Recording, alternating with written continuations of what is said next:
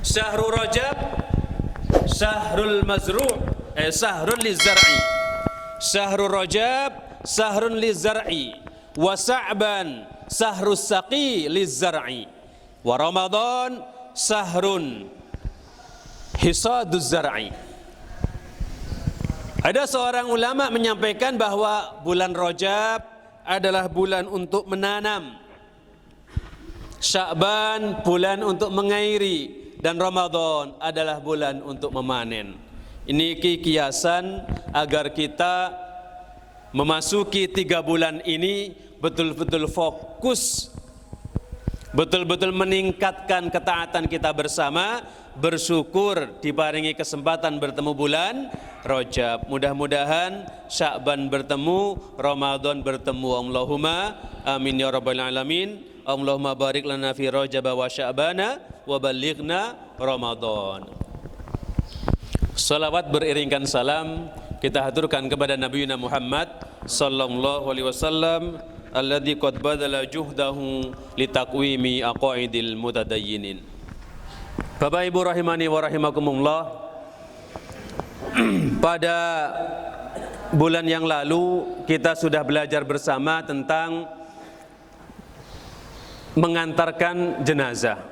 Kemudian setelah kita buka, kita pelajari bersama dalam kitab Riyadhus Shalihin yang banyak untuk hukum jenazah, ternyata banyak babnya. Yang pertama ada bab tentang talqin al-muhtadar biqauli la ilaha illallah. Kemudian ada juga bab tentang ma yaquluhu ba'da taqmidil mayyit, apa yang diucapkan setelah menutup matanya mayit. Nah, nanti ada juga bab jawazul buka alal mayit, diperbolehkan nangis ketika ada mayit atau ada keluarga yang meninggal. Mana batasan tangisan yang diperbolehkan? Maka pada kesempatan yang berbahagia ini kami mengawali ahkamul janaiz, hukum-hukum terkait dengan jenazah. Mungkin ini sudah biasa terjadi di lingkungan kita. Tujuannya kita saat ini adalah mentadqiq ulang yang kita lakukan sebetulnya sandarannya pada apa. Nah, maka insya Allah kita akan pelajari satu persatu secara bersama-sama. Ahkamul janaiz Bapak Ibu, sebelum orang meninggal, walaupun meninggal ini tidak identik dengan rasa sakit, leres nggih? Ada orang yang meninggalnya dengan tiba-tiba. Namun umumnya yang terjadi, kita ini biasanya di masyarakat tentu karena ada hubungan sosial, ada yang sakit, kita jenguk dan lain sebagainya, sampai akhirnya yang sakitnya parah. Kalau meninggalnya bertahap, artinya melewati sakit, sudah kita pelajari doa-doa yang lalu nggih, untuk mereview ulang doa-doa menjenguk orang sakit, dari sakit yang ringan sampai sedang, sampai kalau sakitnya parah.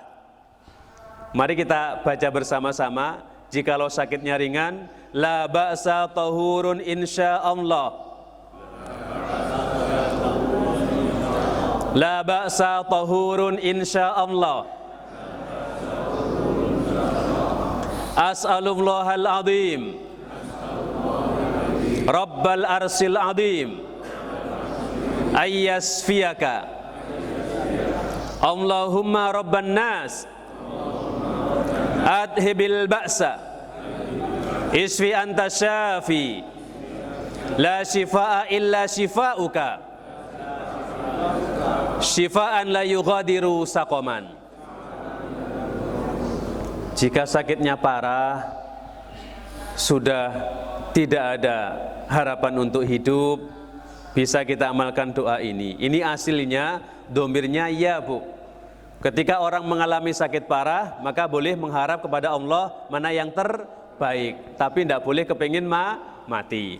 Maka doanya yang disampaikan atau diajarkan Rasulullah, kita ganti domirnya. Ketika kita mendoakan orang lain, Allahumma ahyihi makanatil haya khairan lahu wa tawaffahu idza kanatil wafat khairan lahu. Ya Allah, hidupkanlah ia jikalau kehidupan ini baik baginya, dan wafatkanlah ia jikalau wafat itu baik baginya. Bisa kita tambahkan wa tawaffahu bihusnil khatimah idza kanatil wafa khairan lahu. Nah, ini kan namanya doa permohonan nggih. Boleh menambahkan. Maka Bapak Ibu rahimani wa rahimakumullah, ketika sudah sakitnya parah, kita doakan kok terus meninggal. Nah, ini berarti kan tahapannya ngoten nggih. Pada umumnya, walaupun terkadang meninggal tidak harus menunggu sakit. Niki kita berbicara umumnya. Ketika sudah meninggal Bapak Ibu, tahapan kita pada pagi hari ini mencoba membahas dua hal. Yang pertama, talqinul muhtador biqauli la ilaha illallah. Mentalkin orang yang mau meninggal dengan ucapan la ilaha illallah. Yang kedua, ma yaqulu ba'da takmidil mayyit. Apa yang diucapkan ketika memejamkan mata mayit. Kenapa? Karena innar ruh tabi'ahul basar. Ketika ruh itu dicabut, itu mengikuti pandangan mata. Nah, nanti kita bahas secara perlahan. Maka Bapak Ibu, yang pertama, talqinul muhtador la ilaha illallah. Qala Allah Ta'ala fil Quran, qala Rasulullah sallallahu alaihi wasallam, dalam kitab ini disampaikan, man kana akhir kalamihi la ilaha illallah dakhalal jannah. Barang siapa yang akhir daripada ucapannya la ilaha illallah, maka dia akan masuk surga. Sesuai pengalaman Bapak Ibu, melihat orang sakaratul maut, mudah enggak mengucapkan la ilaha illallah? Susah nggih. Barangkali Bapak Ibu pernah mendampingi siapapun dari sanak keluarga yang meninggal dunia dan di saat naza itu kalimat la ilaha illallah ternyata berat. Maka pernah ada kisah seorang kiai yang memiliki burung beo. Burung beo itu selalu setiap hari dilatih mengucapkan la ilaha illallah. Setiap hari ya bunyi Bu, la ilaha illallah, la ilaha illallah, la ilaha illallah, bisa ngikutin. Tapi suatu ketika sang burung ini lepas dan diterkap kucing. Nah, diterkap kucing, mati ceritanya. Ketika sebelum mati kan kelepek-kelepek. Nah, ternyata la ilaha illallahnya itu enggak bunyi juga ketika itu. Nah, berarti sang kiai ini berintrospeksi, waduh ternyata la ilaha illallah yang sudah dilafalkan berkali-kali, kalau kita tidak meresapi, syarat-syaratnya tidak terpenuhi, susah juga nanti ketika menjelang meninggal. Ini kiasan atau ibaratnya percontohan dari sang burung. Nah, maka dalam kitab ini Bapak Ibu, tugas seorang yang sehat nggih, tugas kita ketika mendampingi orang yang sedang sakaratul maut diantaranya adalah talqinu la ilaha illallah.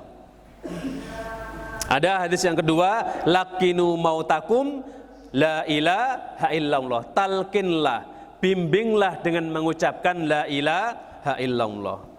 Wa qala al ulama menyampaikan fayulaqqinahu birifqin. Hendaknya seseorang mentalkin dengan lemah lembut. Tidak usah dipaksa.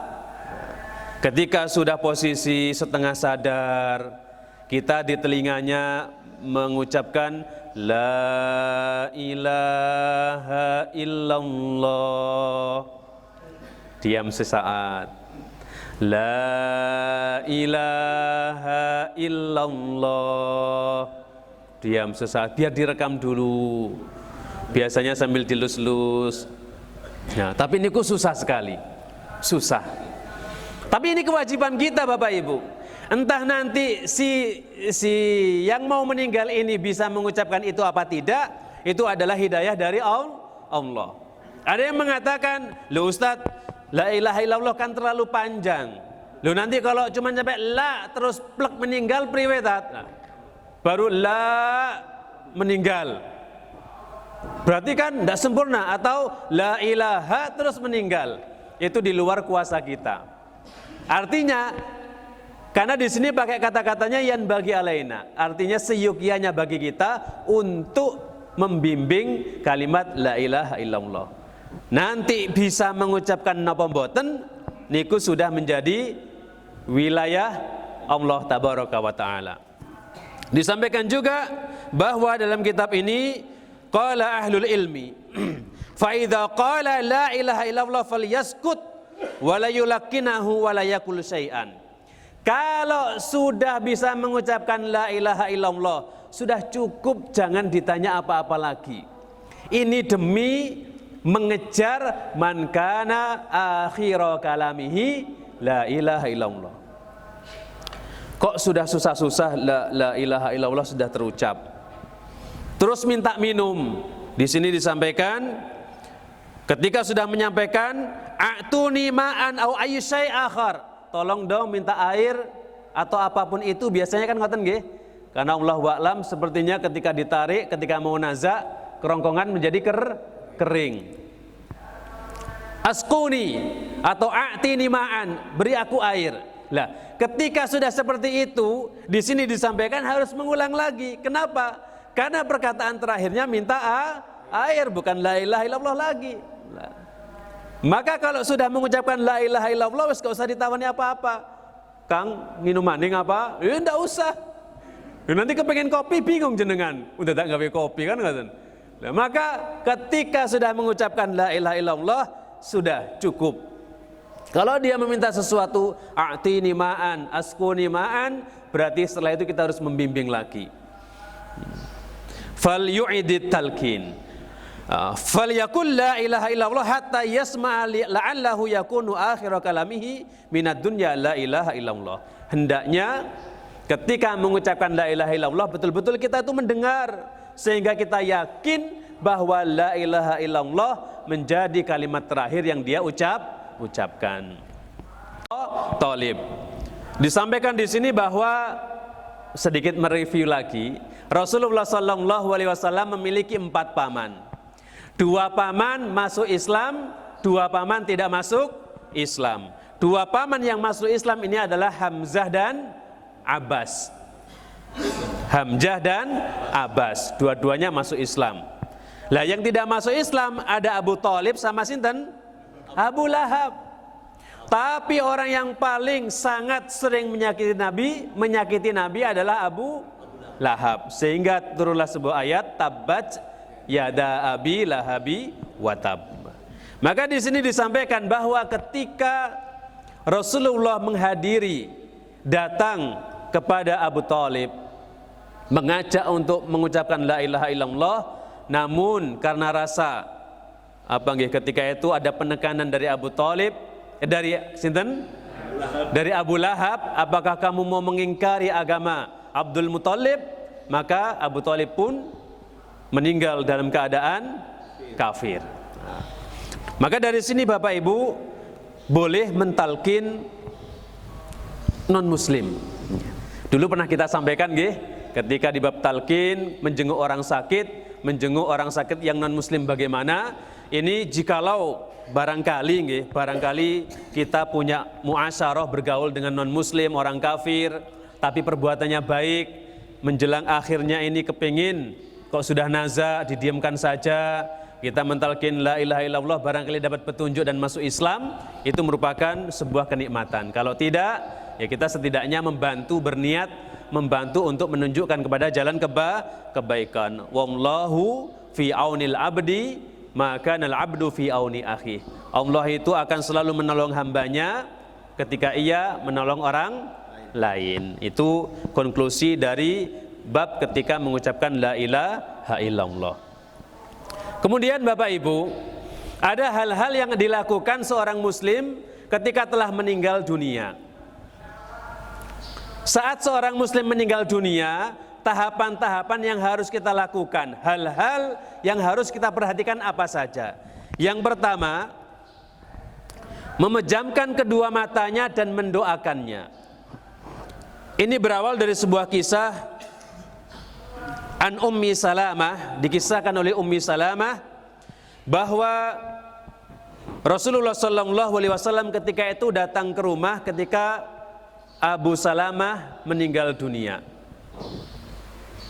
Abi Salamah berarti istrinya namanya Ummu Salamah. Abi Salamah ini suaminya, Ummu Salamah itu istrinya.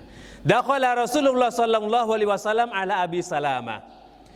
Rasulullah masuk ke rumah Abu Salamah. Wa qad saqqa basarahu. Ketika itu pandangannya Abu Salamah sudah terbelalak. Terbelalak napa nggih? Nggih mendelik ya mengkaten lah nggih, terbelalak. Fa'aghmadahu, kemudian Rasulullah menutup matanya. Tsumma qala, beliau bersabda, innar ruha idza qubida tabi'ahul basar. Sesungguhnya ruh itu kalau dicabut diikuti oleh pandangan mata. Fadajja nasun min ahli, ketika itu orang-orang di sekitarnya pada gaduh. Ya gaduh, ya rame, ya menangis. Dan ini masih ada nih di sebagian daerah, ketika ada saudara meninggal itu niyahahnya berlebihan, nangisnya luar biasa, utus sampai kesot-kesot, ada yang gulung-gulung, bapak ke, wah, ada yang seperti itu. Nah maka ini perlu pelan-pelan untuk edukasi. Nah, di sini disampaikan dojanas, apa nih, berisik lah ngoten nggih, gaduh. Akhirnya apa kala Rasulullah, beliau menyampaikan, la tad'u ala anfusikum illa bi khair. Ketika posisi seperti ini janganlah kalian berdoa kecuali dengan sesuatu yang baik. Karena ketika itu adanya hanya umpatan, wah, menyesal, mengkutuk, kemudian tidak menerima. Dan Rasulullah meluruskan ketika ada kondisi seperti ini, la tad'u ala anfusikum illa bi khair. Janganlah berdoa tentang sesuatu kecuali dengan yang baik. Ini pernah kita bahas di kemarin, Bu. Ketika ada orang sakit dan ada orang meninggal, maka doanya yang baik. Fa innal malaikata yu'minuna ala ma taqulun, karena ketika itu malaikat mengamini atas apa yang kamu ucapkan. Tsumma qala, kemudian Rasulullah mendoakan, Allahumma ighfir li Abi Salamah warfa' darajatahu fil mahdiyin wakhlufhu fi aqibihi fil ghabirin waghfir lana walahu ya rabbal alamin wafsah lahu fi qabrihi wa nawwir lahu fihi. Niki doa yang disampaikan Rasulullah ketika Abu Salamah meninggal dunia. Bisa kita amalkan Bapak Ibu doanya, baik ketika kita memejamkan matanya, baik ketika kita menghadiri takziah. Biasanya kan yang kita baca doa ketika kita sholat jenazah nggih, Allahumma ighfir lahu warhamhu wa'afihi wa'fu anhu. Kalau laki-laki, Allahumma la tahrimna ajrahu wa la taftinna ba'dahu waghfir lana walahu. Allahumma ij'al qabrahu raudatan min riyadil jinan wa la taj'al qabrahu hufratan min hufarin niran. Atau doa-doa kebaikan yang lainnya. Ini bisa kita tambahkan. Allahumma ighfirli fulan, ya Allah ampunilah fulan. Warfa' darajatahu fil mahdiyin, angkatlah derajatnya ke tingkat orang-orang yang mendapatkan petunjuk. Wakhlufhu fi aqibihi fil ghabirin, dan gantilah ia di lingkungan keluarga yang ditinggalkannya. Waghfir lana walahu ya rabbal alamin, ya Allah ampunilah kami dan dirinya. Wafsalahu fi qabri, ya Rabb lapangkanlah kuburnya. Wa nawwir lahu fihi, dan terangilah bagian dalamnya. Niki doa untuk kebaikan si mayit atau si orang yang meninggal dunia. Tidak ada salahnya kita doakan, tidak ada salahnya kita hafalkan, sehingga ketika kita hadir mendoakannya dengan doa-doa yang pernah dicontohkan oleh Rasulullah sallallahu alaihi wasallam. Niki salah satu doa, kita baca bareng-bareng nggih. Allahumma ighfirli fulan warfa' darajatahu fil mahdiyin wakhlufhu fi aqibihi fil ghabirin waghfir lana walahu ya rabbal alamin wafsah lahu fi qabrih wa nawwir lahu fihi. Nah, dari hadis ini Bapak Ibu, dari hadis ini disampaikan bahwa yang pertama, seseorang ketika meninggal dunia dia akan melihat ruhnya sendiri. Yusahidur ruh idza kharajat minal badan. Artinya ruh itu bisa disaksikan ketika keluar dari badan seseorang. Li'anna ruh idza kharajat minal badan laha jismun. Tekstur bentuknya ruh itu ya seperti badan orang yang meninggal. Lakinnahu jismun la yarahun nas. Tapi bentuk tubuhnya itu tidak dilihat oleh manusia. Maka yarahul mayyit faqat. Yang bisa melihat ya si mayat tadi itu. Maka ada memang orang yang ketika meninggal langsung terbelalak, Allahu a'lam, apa yang ia saksikan? Apakah ruh yang keluar dari badan kita sesuai dengan amal perbuatan kita? Apa ruh yang keluar dari kita ini mengikuti kebaikan-kebaikan kita? Allahu a'lam bissawab. Yas'alunaka 'anir ruh qulir ruhu min amri rabbi wa ma utitum minal ilmi illa qalila. Nah, maka ruh ini adalah rahasia dari Allah tabaraka wa taala. Namun dalam kitab ini disampaikan demikianlah adanya ruh seperti jasad, seperti bentuk tubuh yang bisa dilihat dan yang bisa melihat hanya mayitnya saja atau yang meninggal tadi. Faqat mayit. Yarahul mayit faqat. Wal malaikah kadzalika tarahu. Jelas malaikat juga menyaksikannya. Kemudian Bapak Ibu, ketika Rasulullah sallallahu alaihi wasallam masuk ke rumah beliau ini, Rasulullah kan mendoakan sebuah kebaikan. Di sini ada kata-kata wahlufhu fi aqibihi. Wahlufhu. Apa artinya wahlufhu? Gantilah ia di lingkungan keluarga yang ditinggalkannya. Nanti ada dalam sebuah hadis, Ummu Salamah ketika didoakan oleh Rasulullah niku batin di hati. Kok Rasulullah mendoakan mudah-mudahan mendapatkan ganti yang lebih baik. Bagi yang sudah meninggal barangkali mendapatkan ganti yang lebih baik yaitu bidadari di surga. Bagi yang ditinggalkan, Ummu Salamah ketika itu batin, siapa yang lebih baik dari dari Abu Salamah? Karena konon ceritanya Abu Salamah ini adalah orang yang soleh, sosok sahabat yang sangat soleh. Lihat Ummu Salamah ini batin tuh, siapa pengganti yang lebih soleh dari Abu Salamah? Ternyata Bapak Ibu, nanti dalam hadis selanjutnya Ummu Salamah ini dinikahi oleh Rasulullah Sallallahu Alaihi Wasallam. Maka disitulah jelas Rasulullah lebih baik karena beliau adalah seorang nabi dan Rasul. Niki yang dikisahkan dari hadis ini. Kemudian setelahnya Bapak Ibu, dari hadis tadi ada ba'dun nuqat al-jauhariyah. Ada beberapa titik-titik penting. Yang pertama, fi hadzal hadis dalil ala anna masail awalan, ada yang pertama adalah yang bagi lil insan idza usiba bi musibatin ala yad'u li nafsihi illa bi khair. Ada hal yang bisa kita ambil dari hadis ini. Yang pertama adalah seyogianya bagi seseorang jika diterpa oleh suatu musibah jangan berdoa kecuali doa yang baik-baik. Tadi sudah disampaikan. Kemudian yang kedua, yang bagi liman hadaral mayyit idza kharajat ruhuhu waftaha basarahu ayyukmidahu madama harran. Hendaknya ketika seseorang menyaksikan mayit ini keluar ruhnya, meninggal, kemudian matanya terbuka, hendaknya menutupnya di saat badannya masih anget. Karena jedanya tidak lama nggih. Ketika sudah ruhnya hilang, kemudian meninggal, biasanya badannya langsung anyep, langsung dingin. Maka mumpung belum dingin, segera matanya ditutup.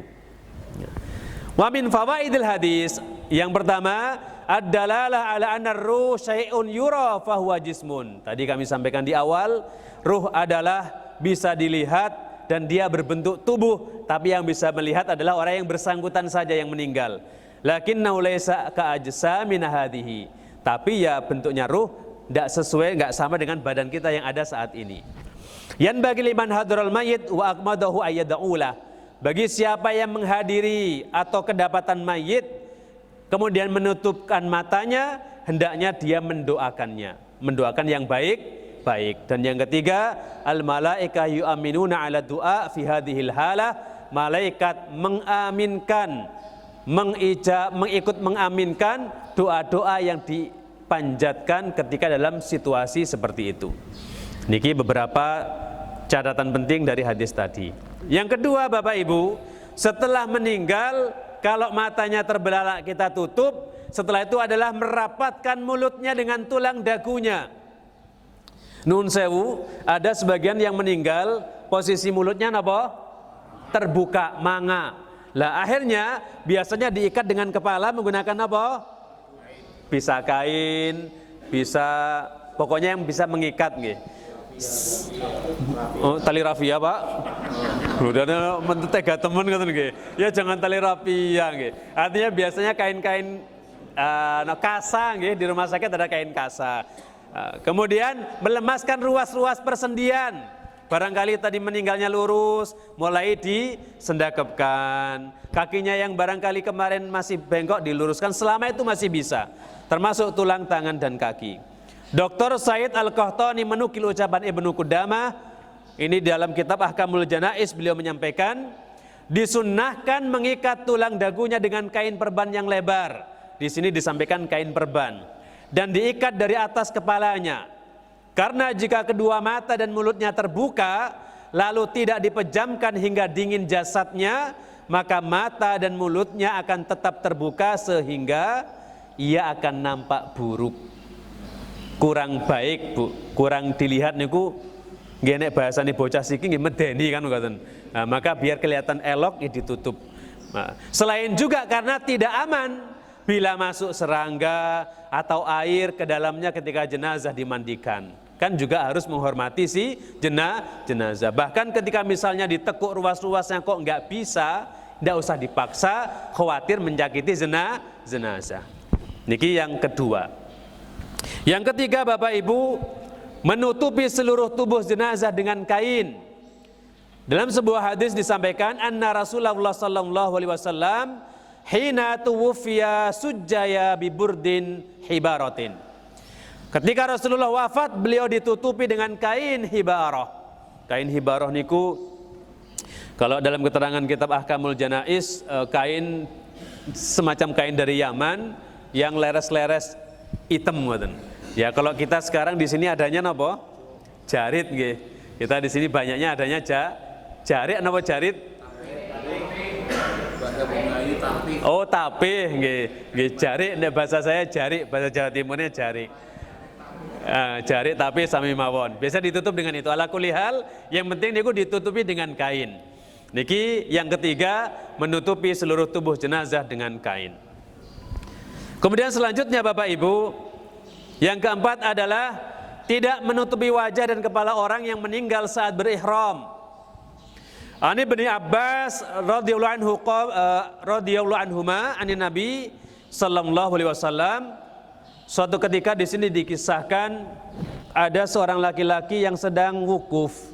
Kemudian fawukiso famata, tergelincir dari tunggangannya, kemudian meninggal dunia. Faqala, disampaikan di situ oleh Rasulullah, igsiluhu bima'in wasidrin, mandikanlah ia dengan air dan daun sidr atau daun bidara. Wa kafinuhu fi thawbai, serta kafanilah ia dengan 2 helai kain. Wala tuhammiru ra'sahu, dan janganlah kalian menutupi kepalanya juga wajahnya. Fa innallaha yab'atsuhu yaumal qiyamah mulabbiyan, karena sesungguhnya ia akan dibangkitkan pada hari kiamat kelak dalam keadaan bertalbiyah. Bukhari dan Muslim. Jadi ini berarti adanya di Mekah nggih. Ketika orang sedang berangkat ke sana, meninggal sedang posisi haji, wukuf atau sedang berihram, ya anjuran dari Rasulullah tidak boleh ditutup wajahnya. Mboten usah ditali ngoten niku berarti. Namun di sini kalau perempuan tetap ditutup. Kalau laki-laki dibuka. Itu yang disampaikan dalam kitab Ahkamuz Janaiz sesuai berdasarkan pada hadis ini. Kemudian selanjutnya segera mengurus jenazah.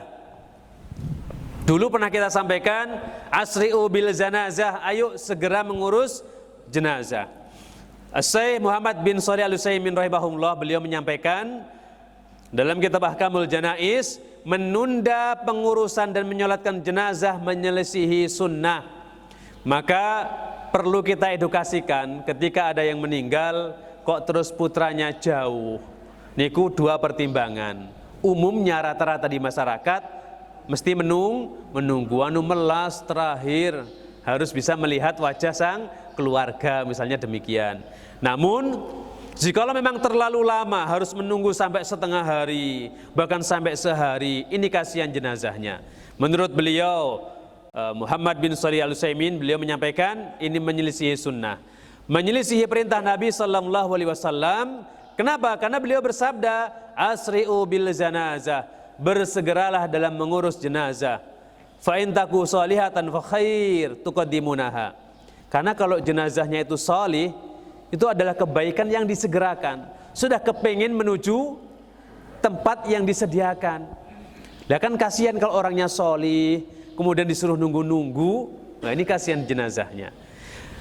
Namun jika tidak demikian, maka itu adalah kejelekan yang kalian letakkan dari pundak kalian. Tapi kalau orangnya mungkin belum sholih, setidaknya kita segera melepaskan tanggung jawab, segera diantarkan.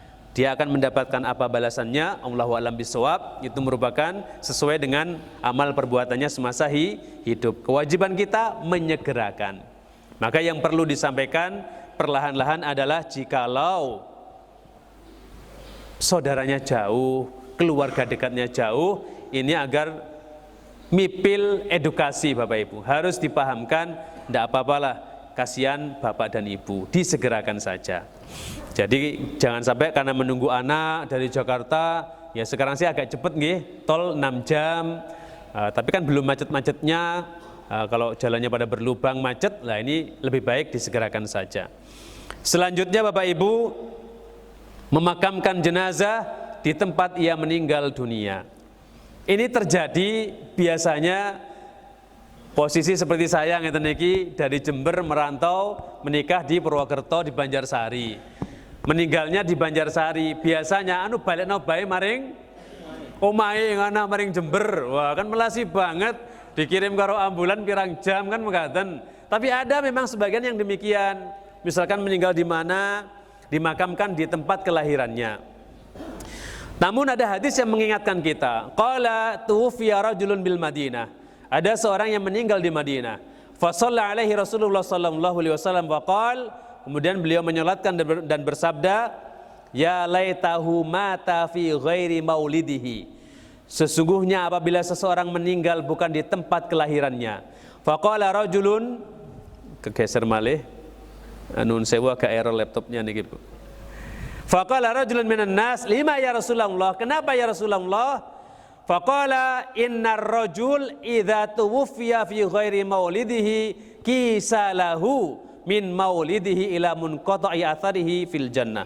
Sesungguhnya apabila seseorang meninggal dunia bukan di tempat kelahirannya, maka ia akan diukur dari tempat kelahirannya sampai tempat akhir hayatnya kelak di surga. Ya Allahu a'lam. Jadi kalau dimakamkan di sini berarti dari Jember ke sini diukur bisa membuahkan pahala. Allahu a'lam bishawab Bapak Ibu. Namun yang terjadi masih ada beberapa di antara kita yang ketika meninggal saudara-saudara biasanya dipulangkan kepada daerah asal. Ini terjadi, saya punya ustadz dulu dari Ponorogo, adik kelasnya Ustadz Samsudin, niku juga berkhidmat di Miftahus Salam Banyumas, kemudian meninggal dunia. Ketika meninggal, karena mungkin pondoknya belum ada pemakaman wakaf, ya, akhirnya dikembalikan ke Ponorogo. Maka sebetulnya jikalau ada sebuah pesantren, itu lebih baik langsung dibukakan sekalian pemakaman kader, sehingga dalam pesantren itu ada istilah kader wakaf tulal hayah. Dohron wa batinan, lahir batin, urip mati untuk pondok. Itu kata yang masih jarang. Di MBS juga masih jarang. Saya belum ada MBS yang menyediakan kuburan untuk ustadz-ustadz yang mau hidup mati di situ. Nah, kemudian selanjutnya Bapak Ibu, sebelum yang terakhir, pahala istimewa bagi orang tua yang anaknya meninggal dunia.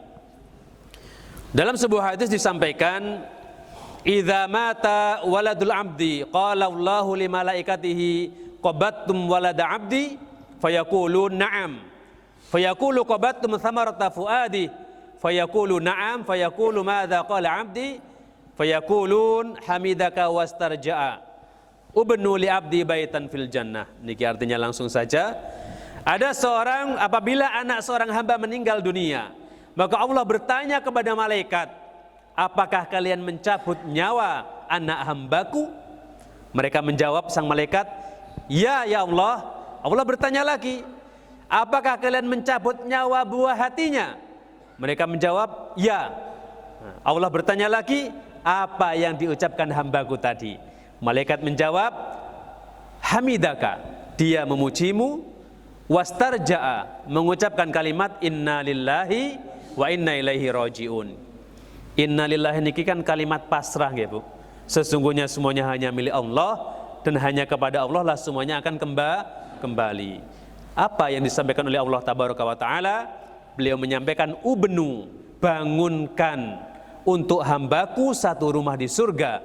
Beri nama rumah itu dengan nama Baitul Hamdi, rumah pujian. Ini baru pahala ketika jikalau ada anak buah hati kita yang meninggal masih dalam usia kecil, belum balik, maka pahalanya besar. Belum nanti anak itu sendiri bisa memberi syafaat untuk orang tuanya di padang mahsyar. Tapi memang berat nggih Bu. Berat apa mboten? Berat dan abot banget kehilangan orang yang kita sayang. Tapi pahalanya juga seimbang dengan pengorbanannya. Kemudian Bapak Ibu rahimani wa rahimakumullah, itu di antara hal-hal yang patut kita cermati di saat orang meninggal dunia. Masih ada di sini di antaranya adalah menunaikan hutang-hutangnya, tapi itu sudah umum, sudah biasa disampaikan. Kemudian juga ada yang lainnya, nanti setelah ini juga ada bab, saya bukannya satu persatu nggih Bu, karena harus belajar. Ada juga nanti kafu amma yura fil mayyit min makruh, artinya menutup aib sesuatu yang kurang pantas dilihat ketika memandikan. Misalkan si mayit punya cacat, itu harus ditutupi dan tidak boleh disebarkan. Nanti ada hadis yang menjelaskannya. Maka mungkin ini yang bisa kami sampaikan pada pertemuan ini Bapak Ibu. Mudah-mudahan hal-hal yang sudah biasa kita dapatkan di masyarakat, hal-hal yang sudah biasa kita dapati di wilayah kita, ini dalam hadis juga ada yang termaktub demikian. Mudah-mudahan semakin menambah keyakinan kita ketika menghadapi wilayah kematian seperti ini, kita bisa mulai mipil memberitahu bagi yang belum tahu, mipil edukasi kepada siapa yang belum terbiasa. Di antaranya ya hal-hal yang ini baru berkaitan dengan posisi orang meninggal, sampai nanti hal-hal yang berkaitan dengan itu. Belum nanti lagi kaitannya dengan mensolati, mengkafani dan lain sebagainya. Insya Allah kita bahas di pertemuan yang akan datang insya Allah. Okay. Kalau mau meninggal dunia pesan sama anaknya, besok kalau saya meninggal dikuburkannya di sini. Okay. Kalau ada yang berwasiat Bapak Ibu, memang nun sewu nggih, kalau kita membaca kitab Ahkamul Janaiz, karya dari 3 ulama besar, yang pertama Abdul Aziz bin Abdul bin Baz. Ini kan agak saklek nggih, agak saklek. Kemudian ada Nasiruddin Al-Albani dan juga Muhammad bin Shalih Al-Utsaimin. Ini memang agak keras dan saklek dengan apa yang beliau sampaikan. Kalau berdasarkan kitab ini disampaikan, tidak harus bagi seorang anak untuk merealisasikan wasiatnya. Misalkan minta dimakamkan di sana, itu tidak harus. Kenapa? Karena berdasarkan hadis tadi, Rasulullah menyampaikan ketika ada orang yang meninggal dunia, kok dimakamkan di tempat bukan di tempat di kelahirannya, itu banyak pahalanya. Bahkan akan diukur dari tempat dia dilahirkan sampai ia dimakamkan, itu ada pahala. Jadi bisa jadi kalau orang yang berwasiat mungkin ya belum mendengar hadis ini. Tapi jika sudah mendengar hadis ini kan insya Allah surprise. Wah, berarti orang usah bali-bali lah ning kene bae kan mengatakan. Jadi seakan-akan demikian. Kan surprise Bapak Ibu. Maka untuk saat ini yang kalau kami baca di sini, jawaban beliau tidak perlu merealisasikan wasiatnya. Karena yang sesuai sunnah yang dianjurkan oleh Rasulullah ya dimakamkan di mana ia tempat meninggal dunia. Beliau itu disampaikan bahwa ketika nanti orang itu meninggal dunia, kok dia masih punya hutang, ada dua kemungkinan. Pertama, dia punya hutang belum sempat bayar terus meninggal. Kemudian dia punya hutang belum sempat bayar tapi yang dipiutangi meninggal dunia gitu loh. Jadi antara kita yang meninggal atau yang dipiutangi yang meninggal. Nah, kan ada dua kemungkinan. Nah, di sini ketika ini kok saya tidak ketemu. Kemudian ada penjelasannya sebetulnya Bapak. Artinya ketika kita kok belum sempat bayar, maka nanti di akhirat kelak ketika kita masih punya hutang otomatis akan dituntas, dipotongkan kepada amalan-amalannya. Pun demikian ketika dia belum sempat disauri utangi, kok dia meninggal terus ahli warisnya lupa, berarti dia mendapatkan kejutan apa? Sebuah balasan dari apa yang dulu dia dipiutangkan. Pripun nggih, bisa dipahami mboten? Kan ada dua orang, yang satu menghutangi, satu dihutangi. Ketika yang menghutangi ini meninggal duluan terus belum tersaur, dia berarti mendapatkan surprise nanti, kejutan. Ketika sama-sama meninggal, dia terpotongkan saldonya dari sini ke sini. Tapi sebaliknya, kalau dia belum sempat nyaur kok terus meninggal, berarti pahalanya berkurang untuk nyaur yang dihutangi. Maksudnya demikian Bapak Ibu. Jadi intinya, karena ketika di akhirat kelak sudah tidak ada rupiah, tidak ada saldo dan tidak ada deposit, adanya hanya pahala, maka yang dipotong adalah pahalanya. Itu. Tapi kalau sudah ada yang nanggung, biasanya kan diumumkan. Nggih.